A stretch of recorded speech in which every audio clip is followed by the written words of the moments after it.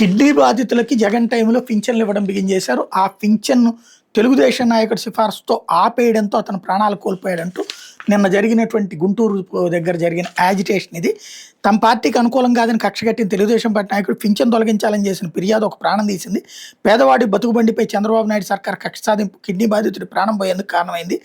7 ఏళ్లుగా అందుకుంటున్న పింఛన్ మీద తెలుగుదేశం నేత కుట్రపూర్తంగా ఫిర్యాదు చేయడం, ప్రభుత్వం వెంటనే నిలిపేయడంతో సరైన వైద్యం అందక మనోవేదంతో గుంటూరు జిల్లా వట్టిచెరుకూరు మండలం కారంపొడికి చెందిన సందు వెంకటేశ్వర 45 ఏళ్లు బుధవారం గుంటూరు ప్రభుత్వ ఆసుపత్రిలో ప్రాణాలు విడిచాడు. వెంకటేశ్వరం మృతదేహాన్ని బంధువులు అంబులెన్స్లో కలెక్టరేట్ వద్దకు తీసుకొచ్చి ఆందోళనకు దిగారు. మృతుడి బంధువులు తెలిపిన మేరకు సందు వెంకటేశ్వరరావుకు 2019లో కిడ్నీలు పాడైపోయాయి. అప్పటి నుండి డయాలసిస్ పేషెంట్లకు ఇచ్చే 10,000 పెన్షన్ వస్తుంది. ఈ డబ్బుతో వైద్యం చేయించుకుంటున్నాడు. కుటుంబ వివాదాల నేపథ్యంలో ఆయనకు భార్య 2 కుమార్తెలు దూరం అయ్యారు. కొన్ని రోజులు గుంటూరులో, కొన్ని రోజులు పొన్నూరు సమీపంలో కసుకూరులో తల్లి శివమ్మ వద్ద ఉంటున్నాడు. ఈ నేపథ్యంలో స్థానిక సంస్థల ఎన్నికల్లో తమకు ఓట్లు వేయరనే అనుమానంతో కారంపూడి గ్రామ టీడీపీ నాయకుడు టి శ్రీనివాసరావు, గ్రామంలో కొండపల్లి అంకమరావు, సందు కృష్ణయ్య, సందు వెంకటేశ్వరరావు, తోటకూర రామారావు, మాదాస్ సాంబయ్య, కొండపల్లి వెంకట సుబ్బయ్య అక్రమంగా పింఛను పొందుతున్నారు. గత నెల 29న ఎంపీడీఓకి ఫిర్యాదు చేశారు. వెంకటేశ్వరరావు బంధువులు టీడీపీ నాయకుడు శ్రీనివాసరావు వద్దకు వెళ్ళి వెంకటేశ్వరరావు కిడ్నీలు పాడైపోయి ఇబ్బందులు పడుతున్న విషయం చెప్పి బతిమాలిన ఆయన స్పందించలేదు. అధికారులు విచారణ పేరుతో ఆ 6గురికి మే నెల పింఛను నిలిపేశారు.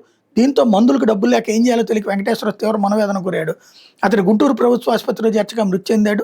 వెంకటేశ్వరరావు మృతదేహంతో కలెక్టరేట్ వద్ద ఆందోళనకు దిగిన అతడి బంధువులు కలెక్టర్ అందుబాటులో లేకపోతే డిఆర్ఓ షేక్ కాజావలికి వింతపత్రం ఇచ్చారు. కక్ష సాధింపు దూరంతో ఎంపీడీఓకి ఫిర్యాదు చేసిన టీడీపీ నాయకుడు శ్రీనివాసరావు మీద చర్యలు తీసుకోవాలని కోరారు. వెంకటేశ్వర తల్లి శివమ్మకు ఆర్థిక భరోసా కల్పించి ఆదుకోవాలని విజ్ఞప్తి చేశారు.